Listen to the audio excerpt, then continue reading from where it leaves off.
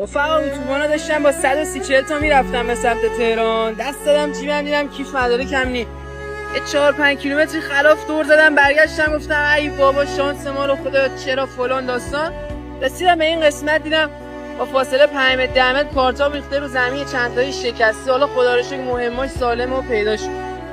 بعد اومدم بشینم برم، نشستم رو موتور اومدم حرکت کنم دیدم بله کلا ترمز موتور خالی کرده. کار خدا رو ببین، فکر کن 130 تا 40 تا سرعت داشتی تو اتوبان پاتو میکودی رو ترمز، این ترمز کلا خالی. شکرت خدا شکرت. لطفاً خدا رو دست کم نگیرید، لطفاً حکمت خدا را جدی بگیرید. خیلی وقتا خدا توی زندگی یه چالشی، یه بحرانی، یک مصیبتی رو پیش پات میذاره، شاید هم خسارت ببینی اما نمیذاره بیفتی ته دره. این حکمت خدا.